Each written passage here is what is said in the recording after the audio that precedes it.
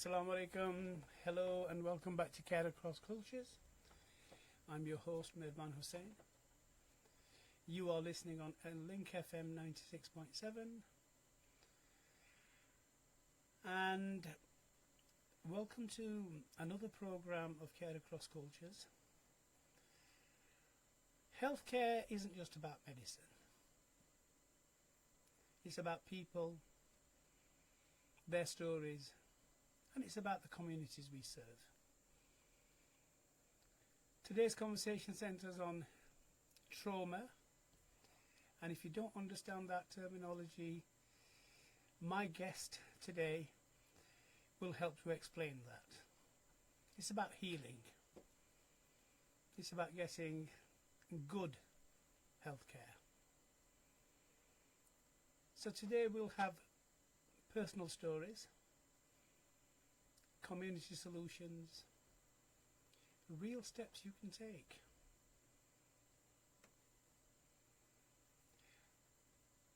So, just to make you aware that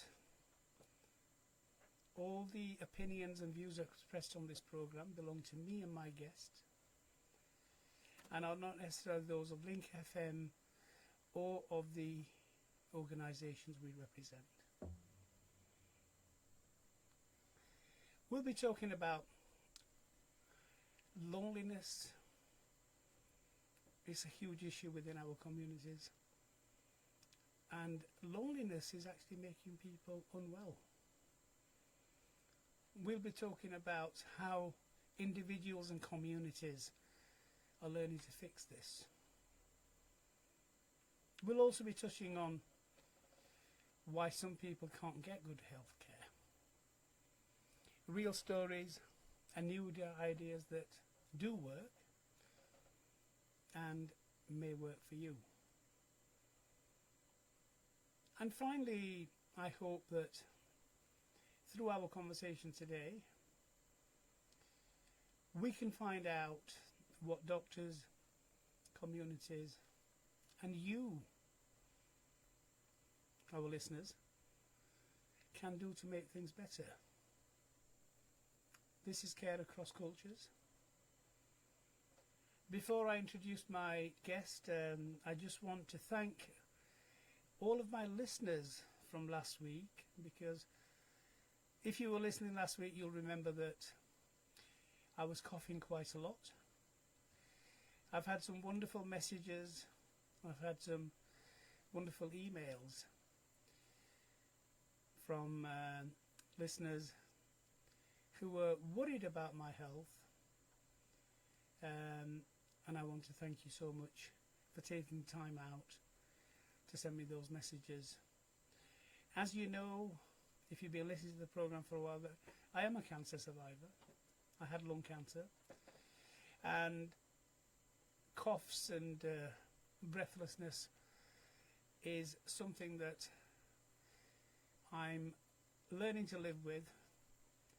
And some days it gets worse, and last Tuesday was a particularly bad day. But thank you so much for your warm and kind messages.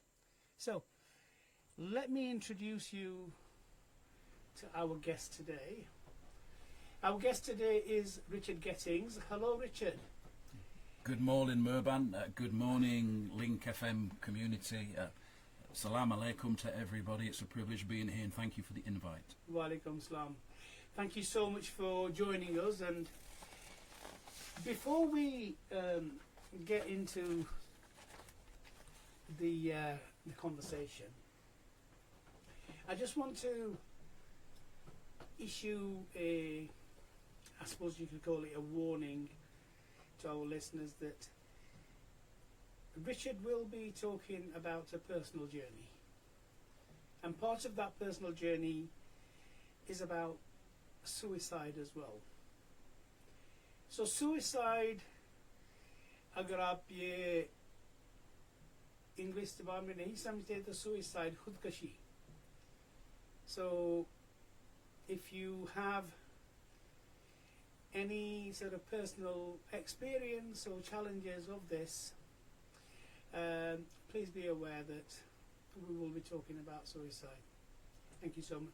So, Richard, I've got you down as a police officer turned researcher, and the reason I put that down was because you did tell me your actual job title, and there were too many words for me. Let's start off, Richard, with what is your actual job title? Yes, to listeners, I apologise. I used to be a police officer, and I'll tell you all more about that in due course. But I'm currently, and I apologise for the long name, everything academia comes with long labels. I'm an embedded researcher at Doncaster Health Determinants Research Collaboration Team, HDRC for short. And if I'll give you a little bit of a background. The HDRCs, there's 30 of them around the UK currently. They're all funded by central government.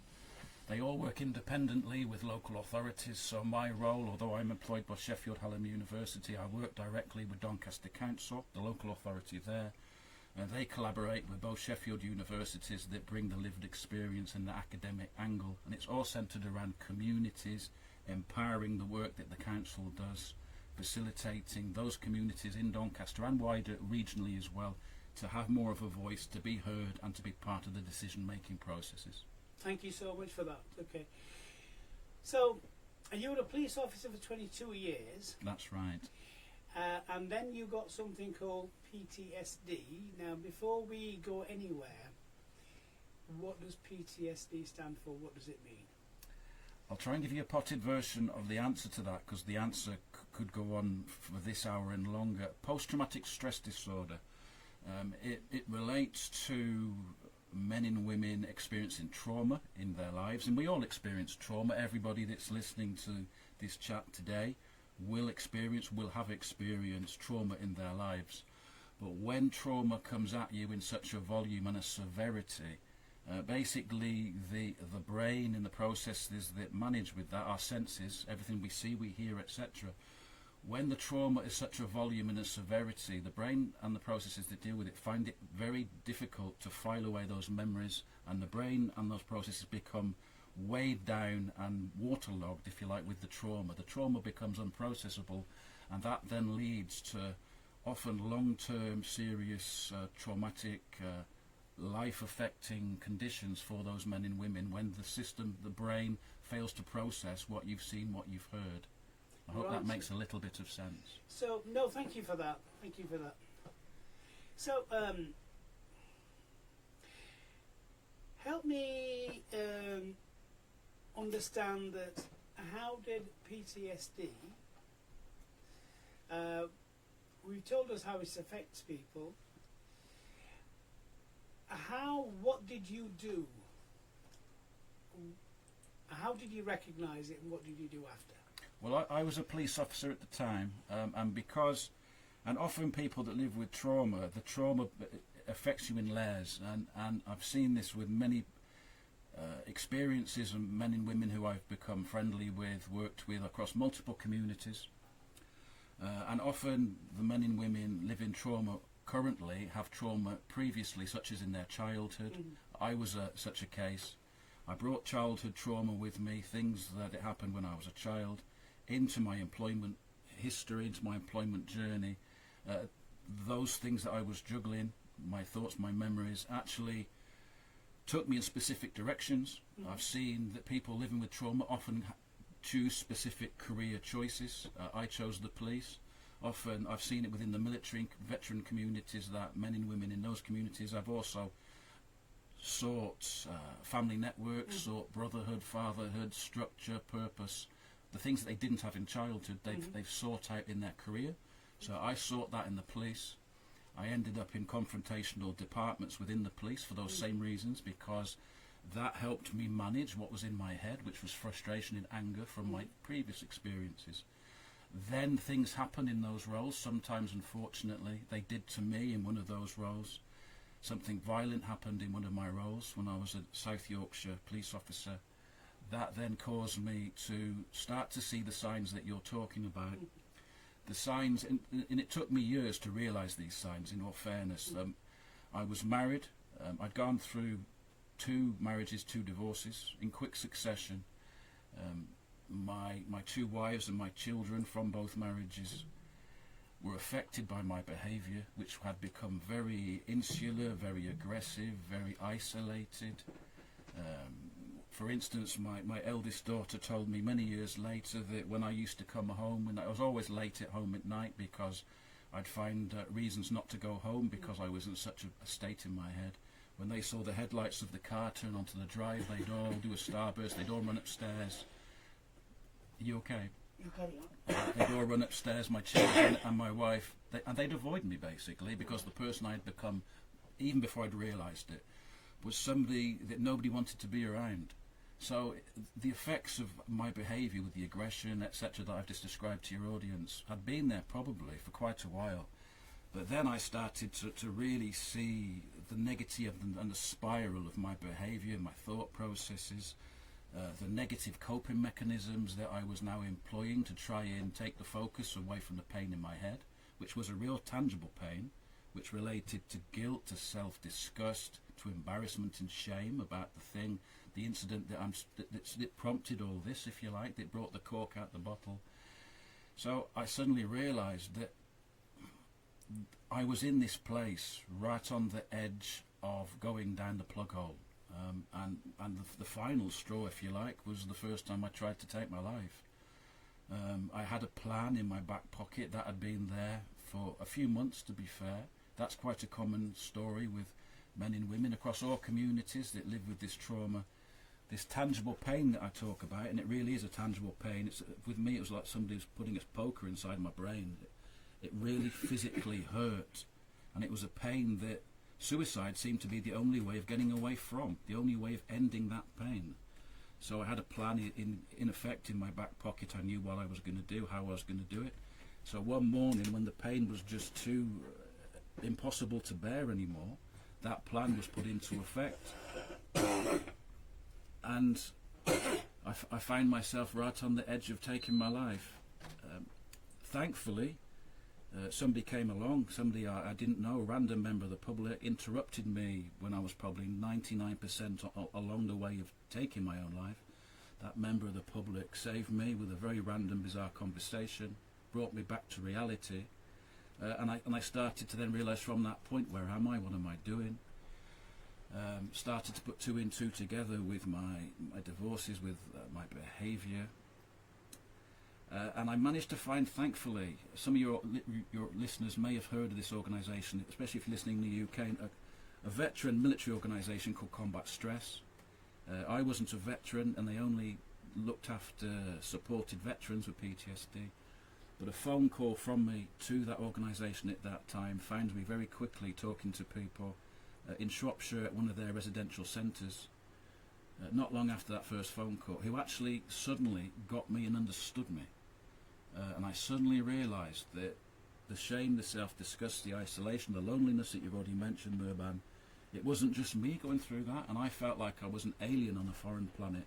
I felt that nobody understood me, even though I had friends, family, support bubble around me. My experience of trauma was like I was wearing a diver's helmet. I couldn't communicate with them. I was isolated, even from people who were right next to me trying to help me.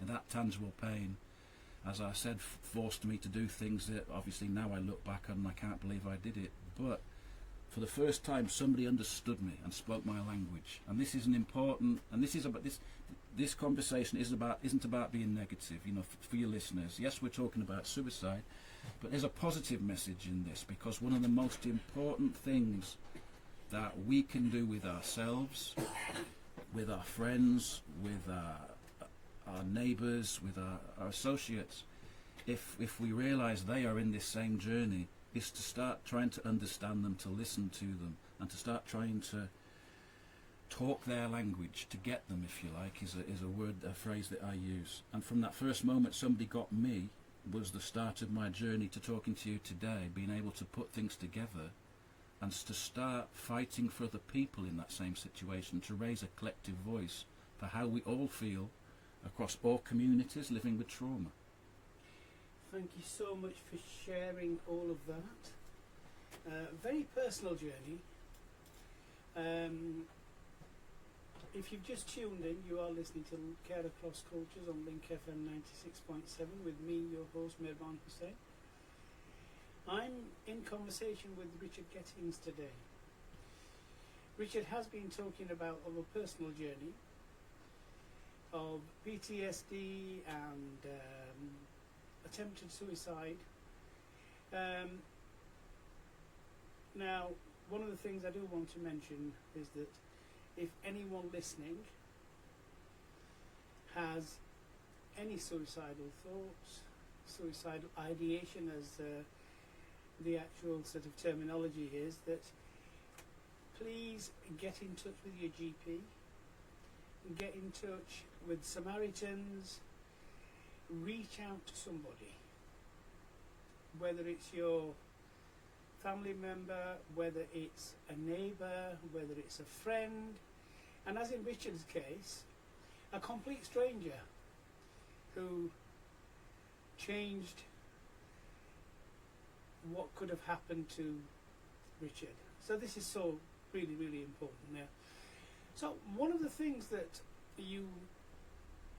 sort of resonated with me is that in spite of having all of this family and these hubs that you talked about, loneliness was a key issue for you. Expand a little bit more on loneliness and what sort of part that played, because you were part of an organisation where there's a lot of camaraderie within the police force. You clearly had a family and friends. So what happened there? Did you not talk to anyone?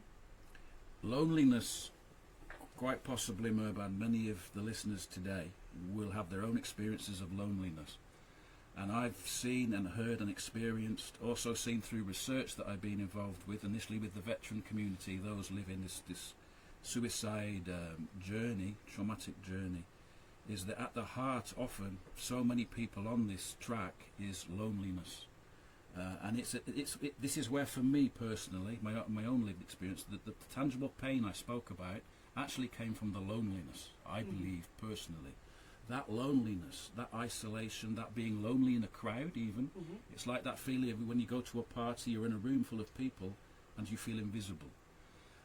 That can happen within your family structure, within your work structure, and by reasons of what you are thinking, by reasons of what you have experienced, by reasons of guilt, shame, self-disgust, you feel unable to talk to those people, even if they are as close as myself and you are, Merban, today. Yeah.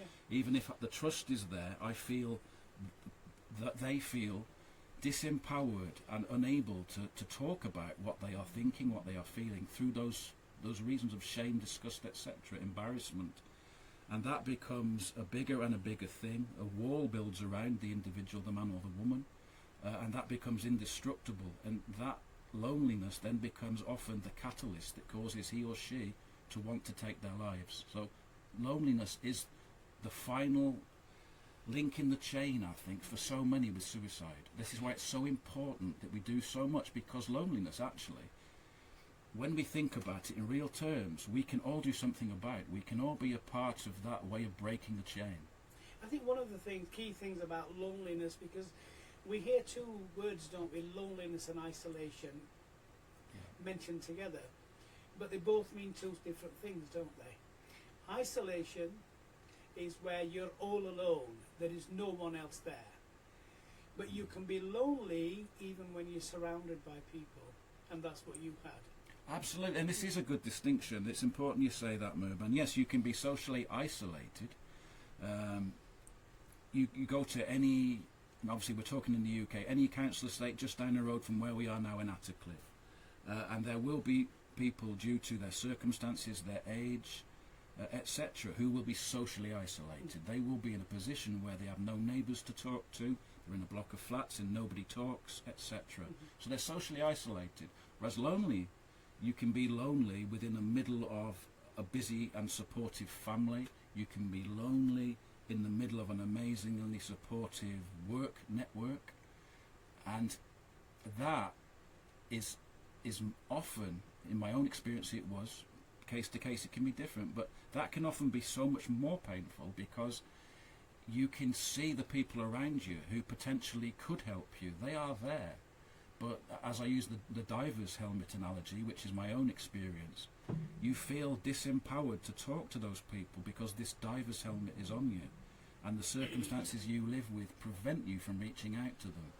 And that is, it's a really cruel version of loneliness, where this tangible pain develops from.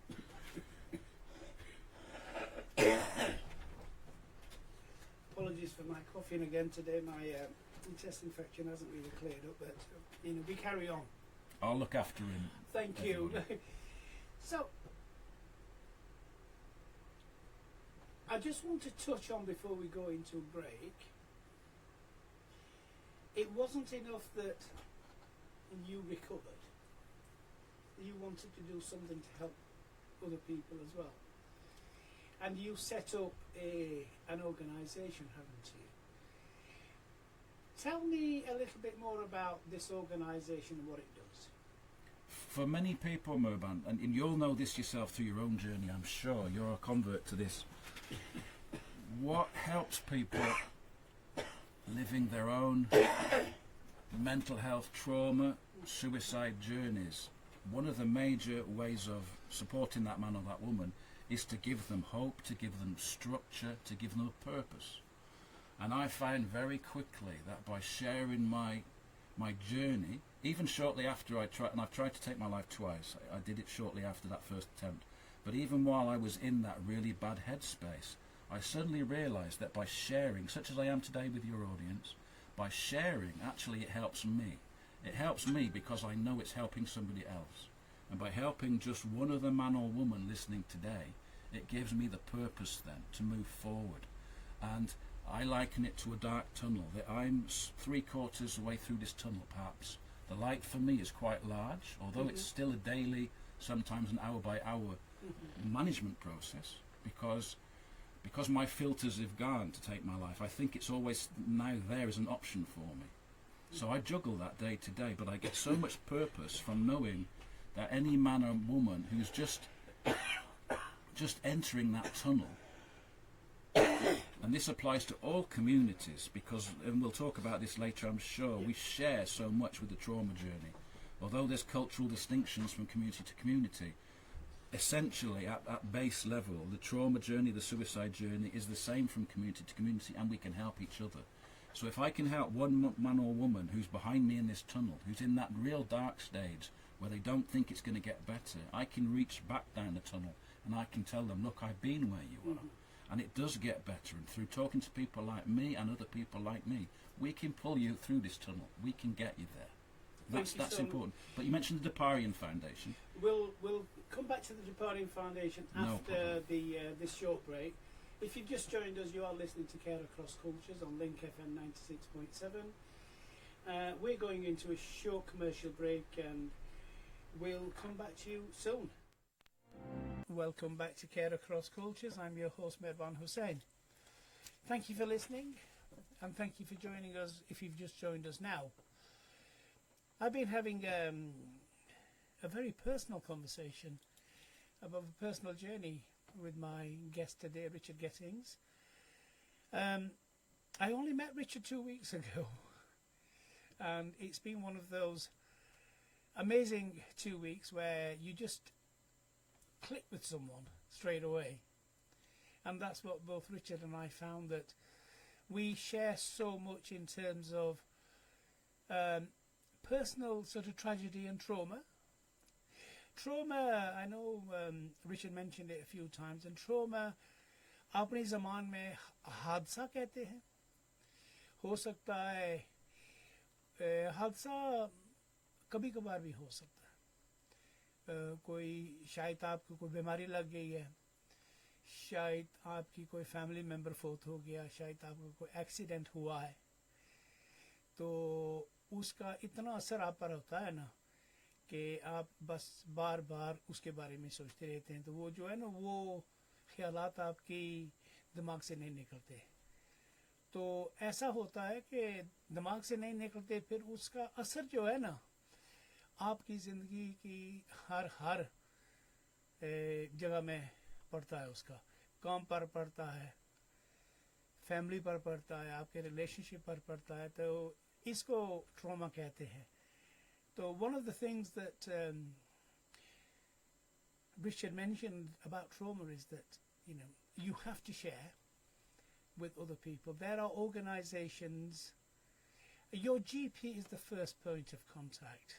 If you can't, if that's not the right person, reach out to a friend, a family member, a work colleague, all of these people.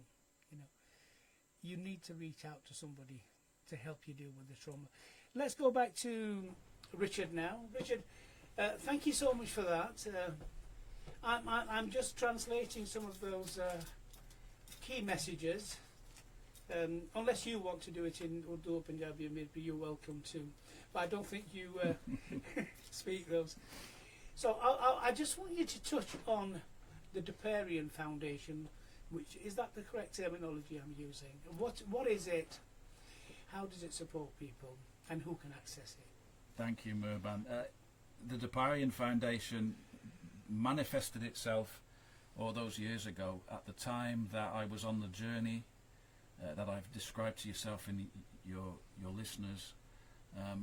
It became a structure that I could build around trying to help other people, initially started off within the blue light and veteran communities, the blue light community because that's where I came from as a police officer, the veteran community because the blue light community is the emergency services. That's right, the emergency services, that's right.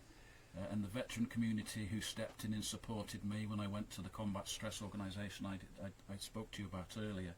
So it started off with the nucleus of those communities, trying to build. And one of the lessons that I saw on my journey to the Combat Stress Residential Centre that supported me, and being with the veterans who helped me put myself back together, being around the men and women who got me, who understood me, who shared my journey, who shared those behaviours that I was living myself and made me feel that I wasn't on my own. We saw as a collective group that even where we weren't really being empowered or listened to by the white coats, by the NHS systems. We weren't really experiencing a collective voice.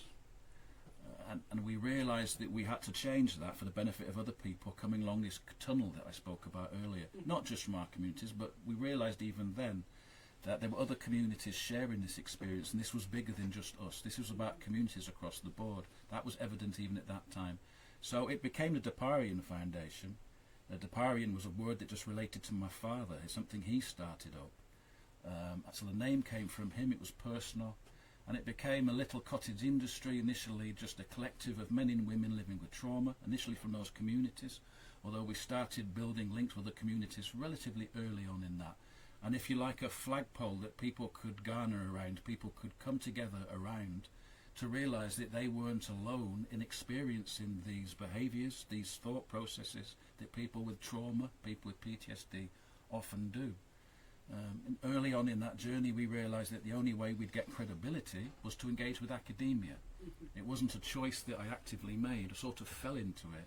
The only way we could really publicise and get power, and I talk about power with the decision makers, those that have the funding to make this momentum, this idea larger.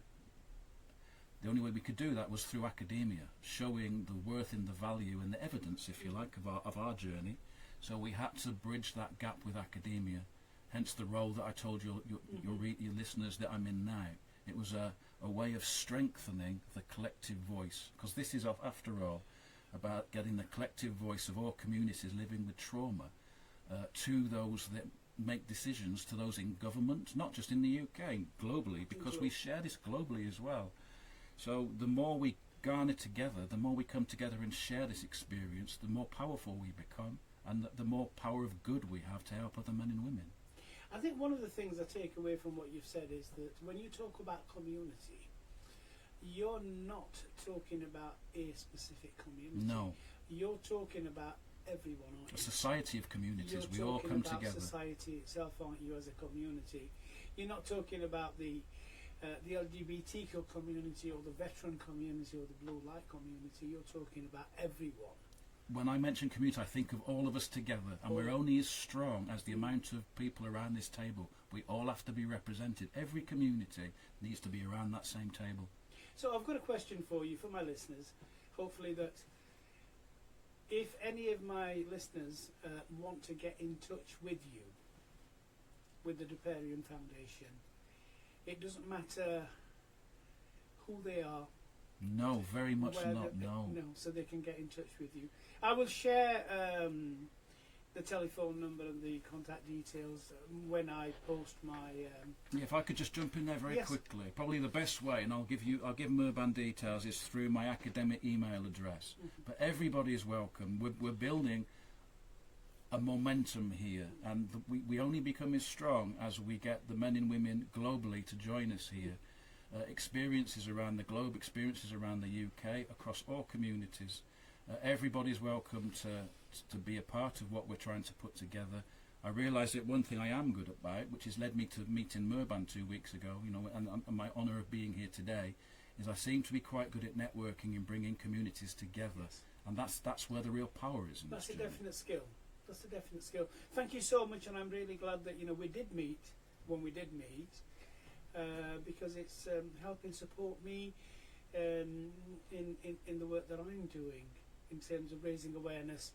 So the whole ethos of the program is about raising awareness amongst communities who may not have access to this information.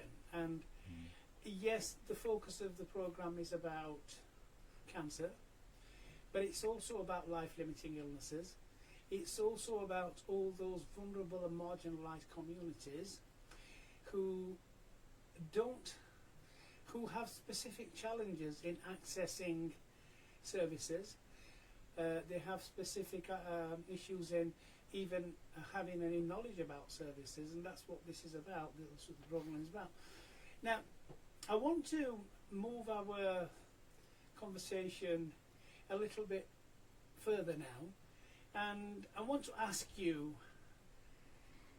so your charity, the Duparian Foundation, helps people who are often ignored. Would that be a good way of describing it? Yeah, communities who feel invisible. The word in academia is marginalised, which is isolated and ignored. You feel invisible, you feel left out of the power dynamic, and you feel voiceless. So based on the research work that you've done and your own sort of understanding, what have you learnt in terms of why don't these communities get good health care? Maybe that's 2 or 3 things that you've come across recently. Why don't they get good health care? What are the reasons? Well, it's a very good question. It's the $1 million question. It's not answered simply with one black and white answer. But over at Doncaster, I've got the privilege now. You know this yourself, Mirban. I'm working very closely with the Doncaster Muslim community, with the imams, with fantastic inspirational community leaders over at Doncaster, with the Gypsy Roma traveller community, with the veteran community, as you've mentioned, and multiple others. And many of these communities, some of which I've just mentioned here, they have been dealing over generations with a lot of baggage that has been forced upon them. We were talking about systems earlier, Mirban, before the interview. The systems in place have isolated these communities, haven't considered the voices of these communities. Those communities have suffered from discrimination, they've suffered from inequity and inequality over generations. So it's no surprise then that those communities do not trust the system, because the system has never really supported or cared or been bothered to listen to their collective voice. So one of the first things is to show these communities, to build trust with them, and this takes time. I've been in my current role over at Doncaster for over 2 years now, and the relationships, the fantastic, powerful relationship, especially with the Muslim community, we've built that steadily, step by step by step. And there has to be an awareness of patience, and building trust takes time. And then when the communities start to realise that there's a sincerity and an honesty in this, that people like myself who are academics And previously, many of these organisations have had an involvement with academia per se, but those relationships have been, as I would say, very extractive. The academics, the organisations would turn up, they'd fill a few forms in, listen to a few questions, and then go away and gained what they wanted out of it, and the community would be still left alone, given very little feedback, and then, if you like, felt left with a bitter taste in their mouth, thinking, we haven't really got anything out of this relationship, so the trust has been broken down again. So we've tried to reverse this, go at it from a different direction, build the trust, show the sincerity, show the honesty. You know, Mirban's okay, everybody, he's fine. So it's about building these relationships, showing that we're doing things a different way, which also it's about acknowledging the past struggles and difficulties in discriminatory behaviour, inequalities that these communities have experienced as routine, which has been taken for granted by so much of the system. This has been happening in the dark corners of the room and taken for granted. Communities have just been abandoned. But that's changing. There's different people in the conversation. I do need to stop you there for 1 second, and simply because I think you've said about systems. Yeah. How do we know, how do you know that the systems haven't helped people? Because they've been, you know, on there for decades and decades. So what makes you say that? In the last 3, 4, 5 years since I've become an academic, I worked with Northumbria University initially on veteran-related research, now over at the HDRC, as I've explained, for 2 years now. And through those linkages and networks that I've built through my own journey, I've seen that research has had a particular flavour from specific communities. Other communities haven't been in the equation, haven't been in the conversation as much through their own choice because of lack of trust and disengagement, because of what I've told you, but also through the established procedures, not considering that those communities are worthy of a voice and part of the dialogue. And that has changed, that is changing, and I think the fact that I am now in this role, I have now been encouraged by 2 universities to have a voice and to bring communities together.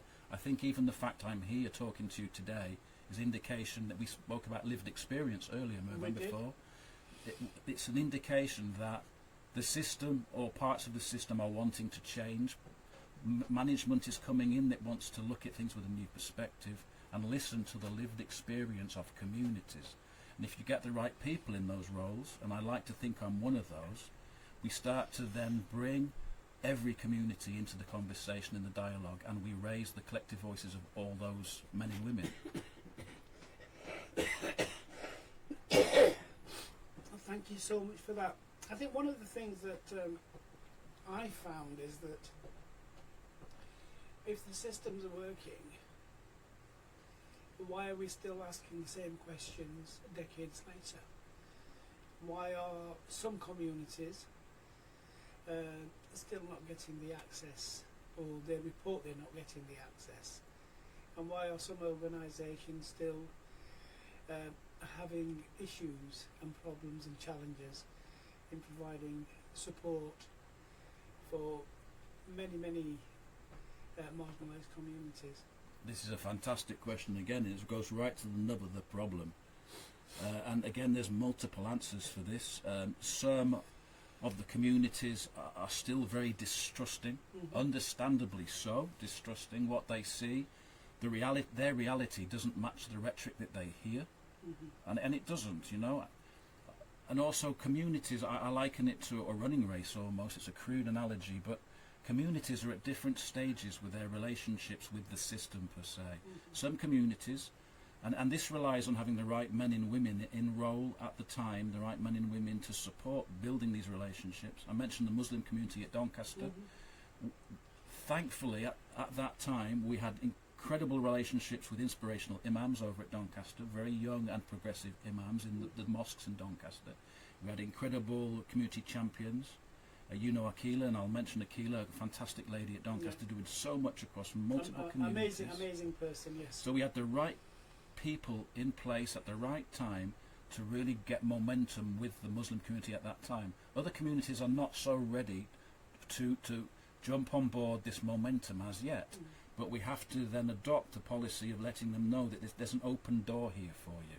We are building something not just for one community, for all communities, and that door is open for you when you feel empowered, and we will help you become empowered. When you feel that you trust what we're building, the door is here open for you, and you become an active part of what we're building. So some very clear practical issues in terms of what you're wanting to do, how we can do it. There's the acknowledgement that, you know, many organisations have failed a lot of these marginalised communities. Very much so. But there is that general sort of hope, I suppose, hopefulness that organisations are thinking more in terms of, we're recognising, look, you know, we have potentially failed a lot of these communities, and we need to look at this in a different way. And there is progress is being made. I've seen it, and yes, of course, Murban, it's different community to community. There will be some men and women listening to this who are thinking, well, my community has really not benefited from this. And yes, there's work to be done in so many communities across so many parts of the UK and wider. Yes, of course there is. I've seen progress in the communities that I started my journey on, the veteran community to a large degree, because they have had a lot of funding through central government. That needs to be shared across.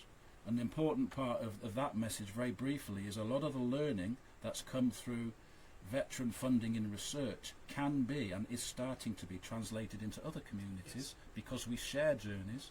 We need to make the learning and the best practice culturally appropriate to the other communities, and we can do that by bringing lived experience. I mentioned Akila, the imams for the Muslim community, by bringing people such as themselves on board, making what we are building culturally appropriate, and then we don't have to reinvent the wheel. As long as it becomes culturally appropriate and the community is involved in that process, we don't have to go back to square one, and we can bring other communities in, if you like, a ladder, halfway up the ladder, and it helps them, it helps the system, it helps build trust. That sort of, last bit that you said, that neatly sort of leads me into the next question that I have, that Rotherham Hospice, if you could change three things in terms of this journey that you've been on and what you've been talking about how to help different communities, some practical solutions, what could Rotherham Hospice and all hospices across the country, what would they be? I've got to say, I live just down the road, as you know, Murban, from Rotherham Hospice. I've lived there for 17, 18 years, a 10-minute walk away. I've never, other than when you invited me over a week or so ago, much to my privilege and pride to be there, I'd never walked inside the door. And I told you, Murban, that my first impressions of walking in the door at Rotherham Hospice, what an incredible, peaceful, empowering environment you have built there. And you feel it from seconds of walking in the door. There's an atmosphere, an environment that you have built there. That is amazing. And the only other time I'd felt that is when I went to the PTSD recuperation place that I spoke about earlier. I felt the same atmosphere. I felt empowered and supported. You've created that at Rotherham Hospice. Rotherham Hospice is to be applauded for the amazing people there, the facilities. 11 out of 10, amazing. But we can always improve. We can. And answering your question, having had that fantastic guided tour by yourself, I think we need to bring, and we've spoken about these marginalised invisible communities. The hospice movement is for everybody. This is important, but we need to raise awareness. So probably improvement number one, we need somehow, and you're part of this, Murban, this radio process is part of that, we need to raise awareness. We need to show these communities that this amazing resource in Rotherham and other parts of the UK is for everybody. It's equally, they have equal shares. Every community, every man, every woman, this is for you. But we need to show that, to illustrate that. We need to get them through the door. We need to advertise what's going on. So the more we can raise awareness, encourage the communities to come through the door, feel that experience that I felt, that first moment of walking through the door, thinking this is incredible. We need to share that experience across all these communities and find ways of empowering men and women from these communities to walk through the door like I did. That's the first thing. And you're doing that, Merban. I know you're already doing that. I think secondly, the communities need to see themselves represented in places such as the hospice. So we need, as much as we can, to encourage the communities through lived experience journeys, through men and women who have a journey similar to myself or other experiences of isolation. You mentioned cancer earlier. All these experiences, men and women who've experienced the hospice journey through their families, etc., encourage them to become involved in the hospice movement, encourage them to maybe volunteer at the hospice, to maybe look for jobs opportunities at the hospice, and to become a part of the structure, because the communities need to see themselves represented in the structure. That's vital. Communities need to see that it's for them because they're part of it. They have a voice in it, they work within it, they change it. So that's the second thing. Thirdly, it might be broaching onto the other 2 points, but you mentioned, Merban, that the Rotherham Hospice had recently its inaugural pioneering iftar event. We did, yes. At the hospice. Yeah. We, over at Doncaster, with the Doncaster Muslim Wellness, we were proud to have our inaugural iftar at the football stadium, in a similar vein, if you like. If I can just correct you, what we did not have an iftar event. Okay. We had a Ramadan experience day, Apologies. which was a whole day, where we partnered with 2 mosques. So we had the sehri, the opening, the closing meal in the morning at one mosque, and then we did the iftar at another mosque, and where members of staff members, our chief exec, some of our trustees, local councillors, and other families came together, and they actually kept the fast the whole day. So that was Fantastic. different. That was Absolutely different. That was fantastic. different. Now, I do. I'm just looking at the time now. We haven't got much time left. So one of the things I want to mention really is that the thing that you said about how you felt when you walked into Rotherham Hospice. Yeah. I've had the humbling privilege of going to St Luke's Hospice in Sheffield, Wakefield Hospice in Wakefield, Bluebell Wood, Yeah. Forget Me Not Children's Hospice over at Kirklees, and I've had the same feeling in all of these hospices. Yeah. So I think as a hospice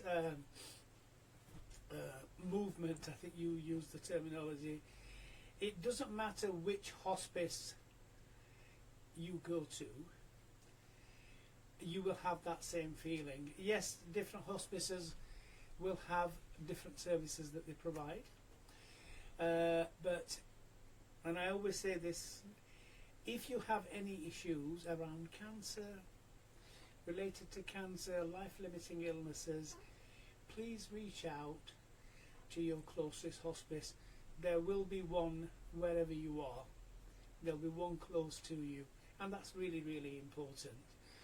Now, we've only got, I think, maybe about less than a minute, and we have got, so very briefly, in about 20 seconds, a final message for our listeners, please.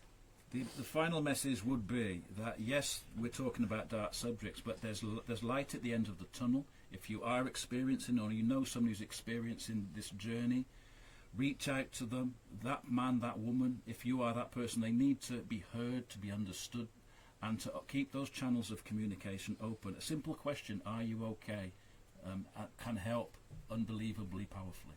It's a pleasure talking to you all. Thank you. Thank you so much for that. You've been listening to Care Across Cultures with me, your host, Merban Hussain, on Link FM 96.7 with my guest, Richard Gettings. This is the end of the programme. Inshallah, we will be here again next week.